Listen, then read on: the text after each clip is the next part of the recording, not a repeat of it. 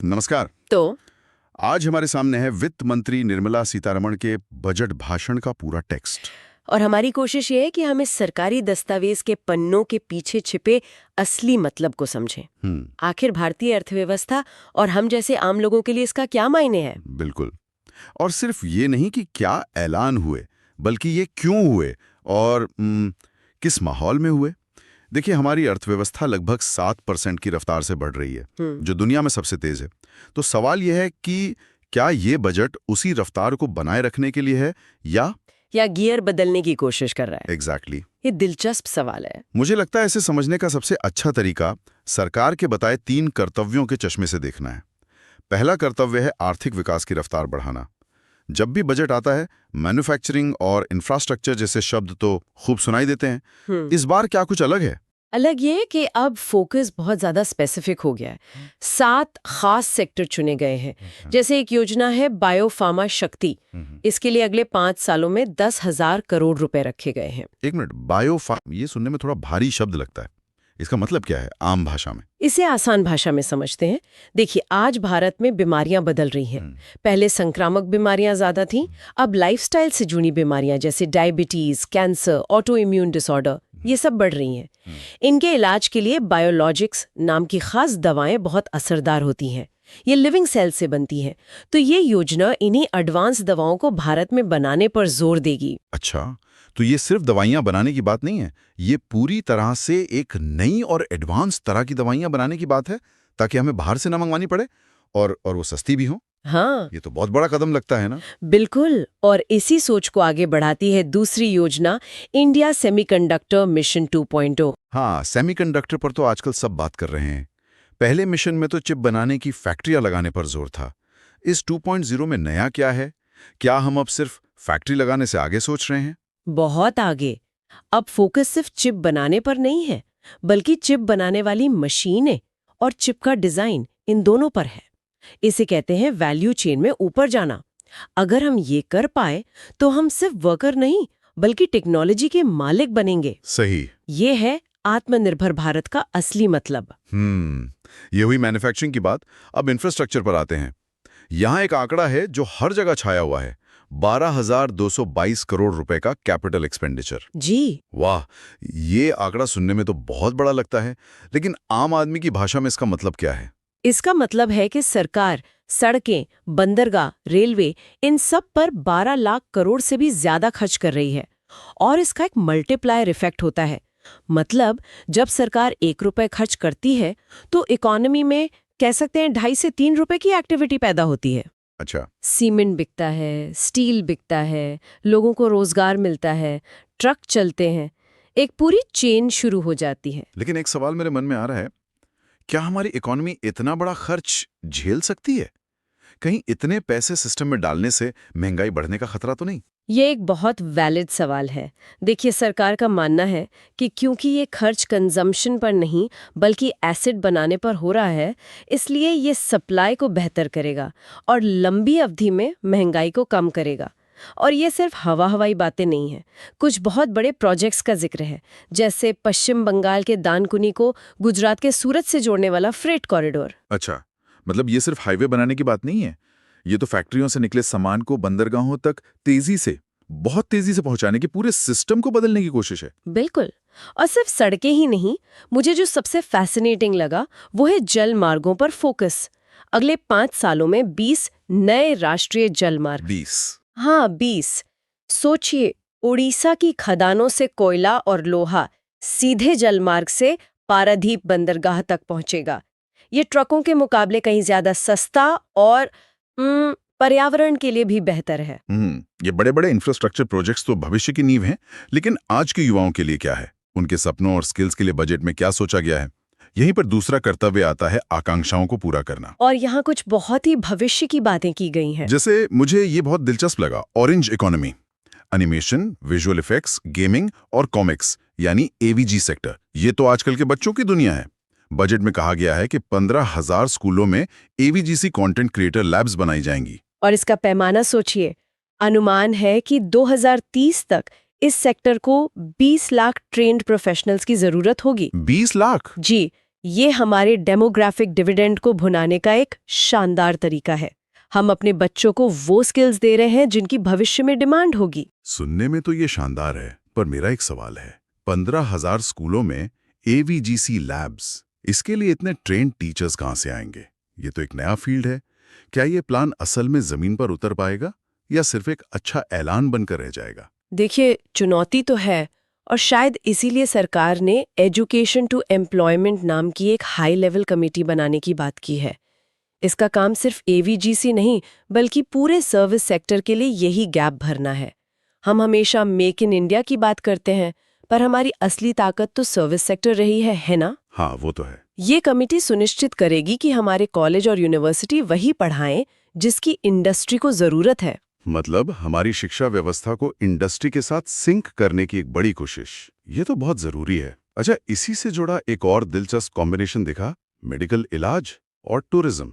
5 नए regional medical hub बनाने की बात है।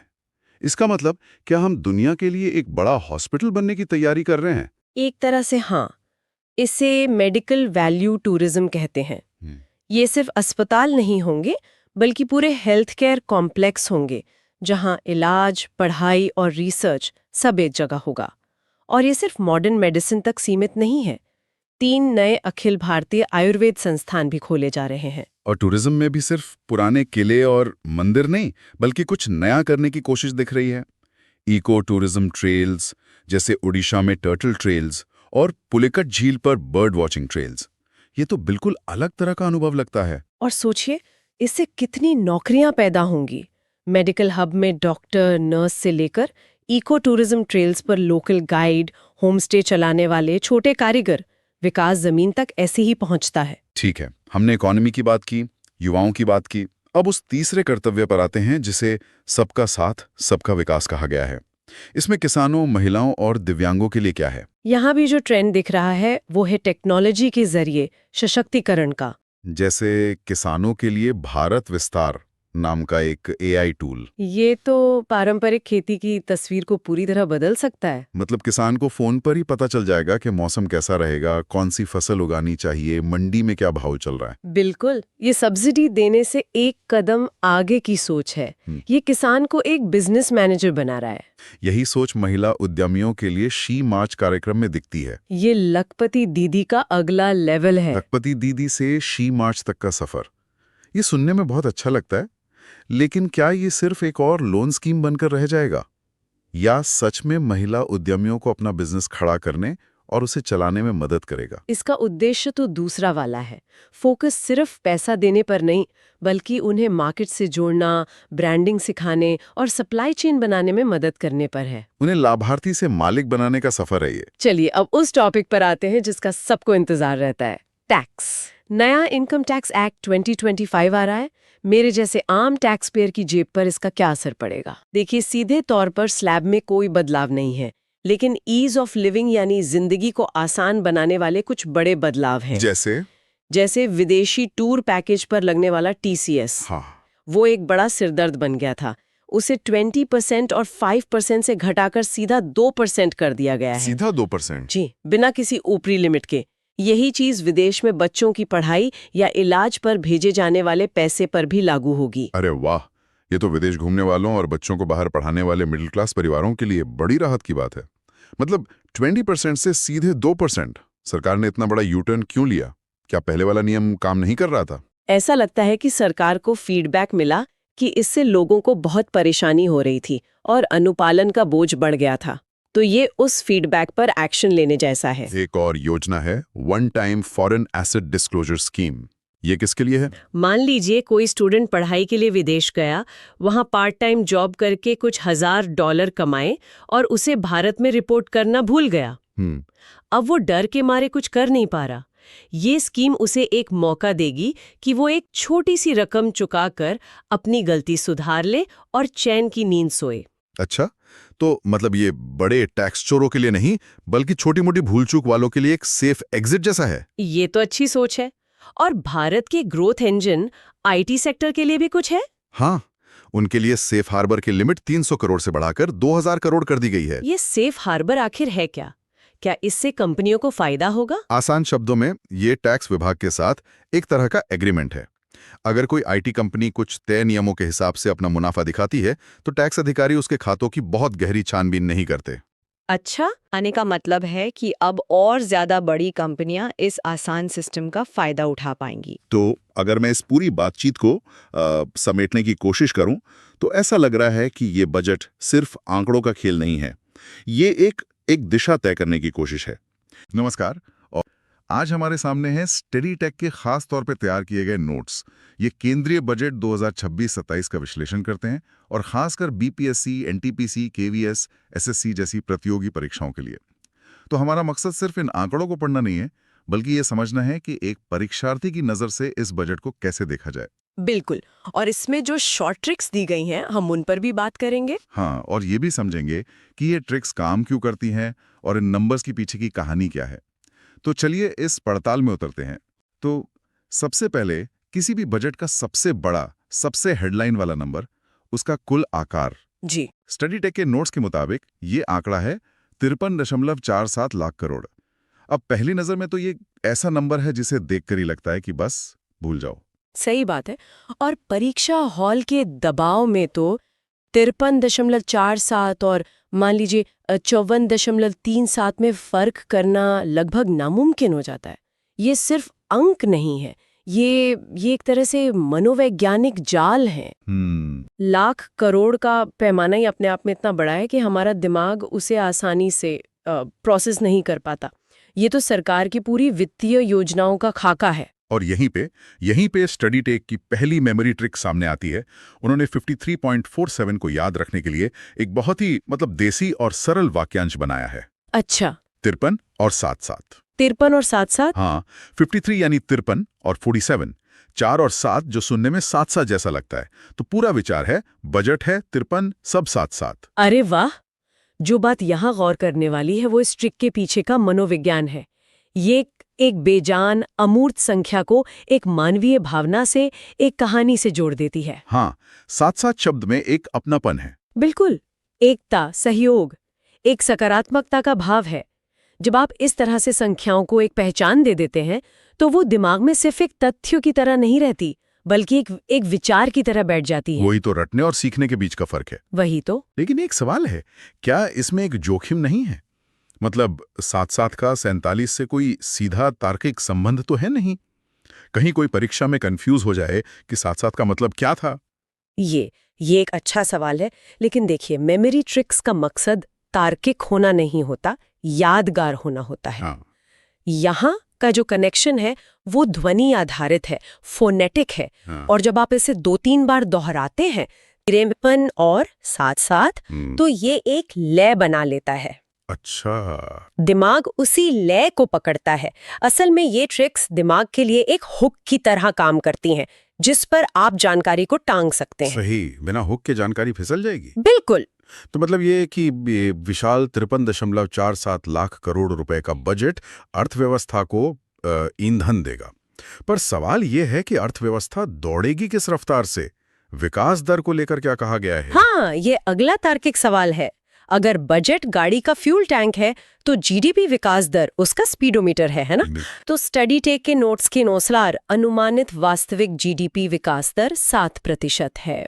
और यहाँ वास्तविक शब्द बहुत महत्वपूर्ण है। हाँ, क्योंकि इसमें से महंगाई का असर हटा दिया गया है। जी, यह अर्थव्यवस्था के स्वास्थ्य का एक सच्चा और साफ मापक है। और इसे याद रखने के लिए स्टडी टेक की ट्रिक शायद सबसे सरल है जो मैंने देखी है। क्या है? 7 दिन 7%। हाँ। मतलब जैसे हफ्ते में 7 दिन होते हैं, वैसे ही भारत की विकास दर 7% है। इसे भूलना लगभग नामुमकिन है। इसकी सादगी ही इसकी ताकत है। लेकिन इस 7% के आंकड़े को थोड़ा और गहराई से देखना चाहिए। ये 7% का आंकड़ा इसलिए भी दिलचस्प है क्योंकि आज जब दुनिया की कई बड़ी अर्थव्यवस्थाएं मतलब मंदी से जूझ रही हैं या 1-2% की धीमी गति से बढ़ रही हैं, हाँ, बिल्कुल, तब भारत ये गति बनाए हुए है। तो ये सिर्फ एक आंकड़ा नहीं है, ये वैश्विक मंच पर भारत की आर्थिक कहानी को और मजबूत करता है। ये स्थिरता दिखाता है। हाँ, आंतरिक शक्ति और स्थिरता। पर क्या 7% का अनुमान थोड़ा ज्यादा आशावादी नहीं है? मेरा मतलब है दुनिया भर में इतने सारे जियोपॉलिटिकल तनाव हैं, तेल की कीमतें ऊपर नीचे होती रहती हैं। एक परीक्षार्थी को क्या इन चुनौतियों के बारे में भी सोचना चाहिए? निश्चित रूप से। और यही एक अच्छे उम्मीदवार की पहचान है। देखिए, बजट में दिया गया अनुमान सरकार का लक्ष्य है, उसकी उम्मीद है। लेकिन एक विश्लेषणात्मक दिमाग ये समझेगा कि ये लक्ष्य कई बाहरी कारकों पर भी निर्भर है।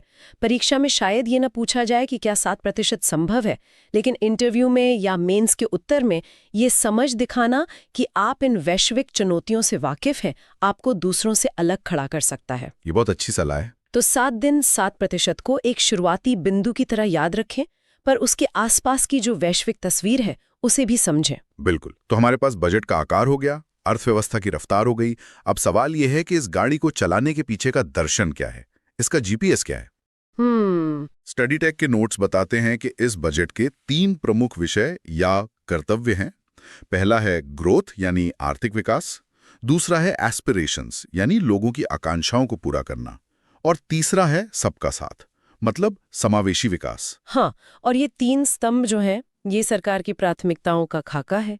ग्रोथ का मतलब है सड़कों, बंदरगाहों, उद्योगों जैसे हार्ड इंफ्रास्ट्रक्चर पर ध्यान। और एस्पिरेशंस का फोकस फिर शिक्षा, स्वास्थ्य पर आ गया। हाँ, कौशल विकास जो सॉफ्ट इंफ्रास्ट्रक्चर है। और सबका साथ ये सुनिश्चित करता है कि विकास का लाभ समाज के सबसे आखिरी व्यक्ति तक भी पहुंचे। और इन तीनों को एक साथ याद रखने के लिए स्टडी टेक ने जो ट्रिक दी है वो मुझे सच में बहुत रचनात्मक लगी। अच्छा। उन्होंने एक संक्षिप्त शब्द बनाया है, गैस। गैस? हाँ, जी से ग्रोथ, ए से एस्पिरेशंस और एस से सबका साथ। वाह। और इसके पीछे की कहानी भी है कि ये बजट भारतीय अर्थव्यवस्था को तेजी से चलाने के लिए गैस यानी ईंधन दे रहा है। ये तो बेहतरीन है। ये एक विजुअल कल्पना बन जाती है। बिल्कुल। ये एक शानदार उदाहरण है कि कैसे जानकारी को एक पैकेज में बांधा जाता है। जीएस शब्द याद रखते ही आपको न सिर्फ तीनों स्तंभ याद आते हैं, बल्कि उनके पीछे का मकसद भी याद आ जाता है। हाँ, अर्थव्यवस्था को गति देना। मुझे याद है जब मैं खुद तैयारी कर रही थी तो मैंने मुगल बादशाहों का क्रम याद रखने के लिए एक बहुत ही अजीब सा वाक्य बनाया था। वो आज तक याद है। हाँ, ऐसी ट्रिक्स काम करती हैं क्योंकि वे सीखने की प्रक्रिया को व्यक्तिगत बना देती हैं। लेकिन यहाँ एक गहरा सवाल है, ग्रोथ, एस्पिरेशंस, सबका साथ, ये सुनने में तो बहुत अच्छे लगते हैं, पर क्या ये तीनों हमेशा एक साथ चल सकते हैं? क्या कभी तेज ग्रोथ हासिल करने के लिए सबका साथ वाले लक्ष्य से मतलब सामाजिक कल्याण से समझौता नहीं करना पड़ता? आपने मुद्दे की जड़ पकड़ ली है। ये अर्थशास्त्र और नीति निर्माण की सबसे बड़ी बहसों में से एक है।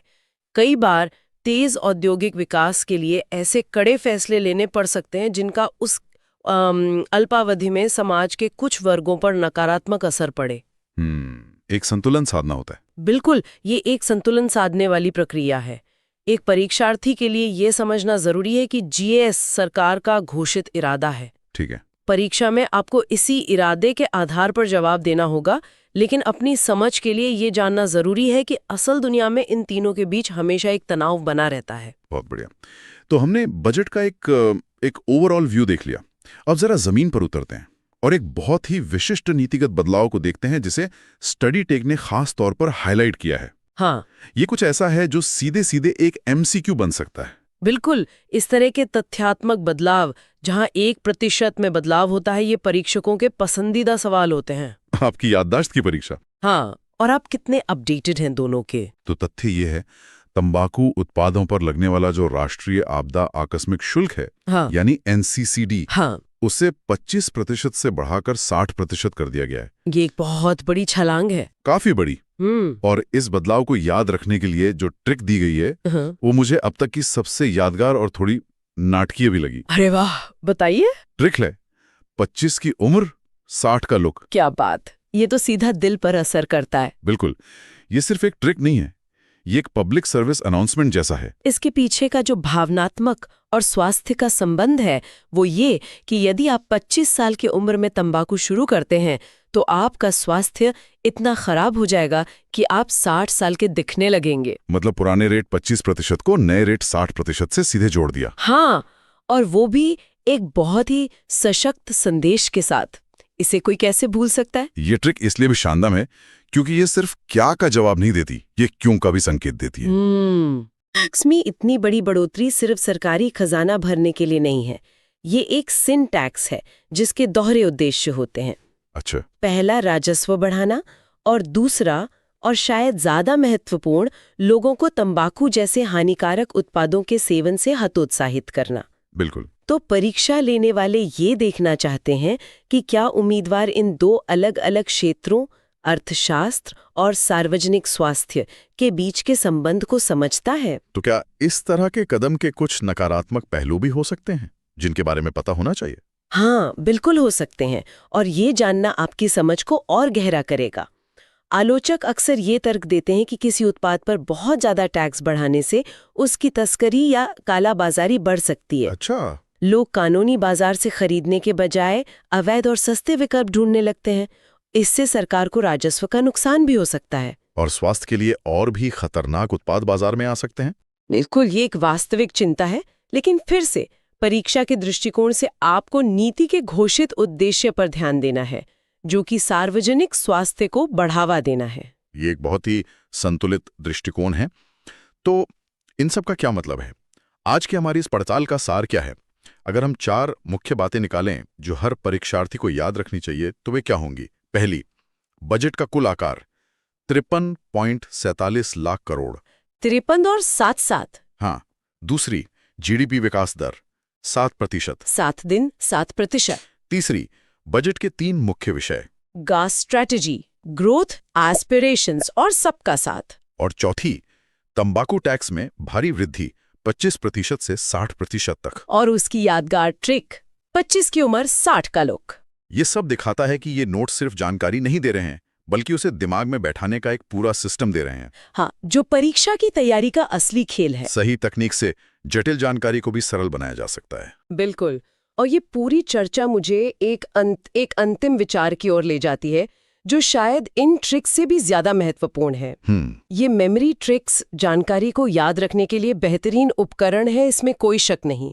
लेकिन ये एक महत्वपूर्ण सवाल खड़ा करता है, एक शिक्षार्थी के रूप में क्या हम केवल दी गई ट्रिक्स पर निर्भर रह सकते हैं, या असली कौशल अपनी खुद की ऐसी ट्रिक्स बनाने में है? हाँ, पाठ्यक्रम के जो दूसरे जटिल विषय हैं, जैसे ऐतिहासिक तिथियां, वैज्ञानिक सूत्र या संविधान के अनुच्छेद, उनके लिए इस तरह के व्यक्तिगत शॉर्ट ट्रिक्स कैसे बनाए जा सकते हैं?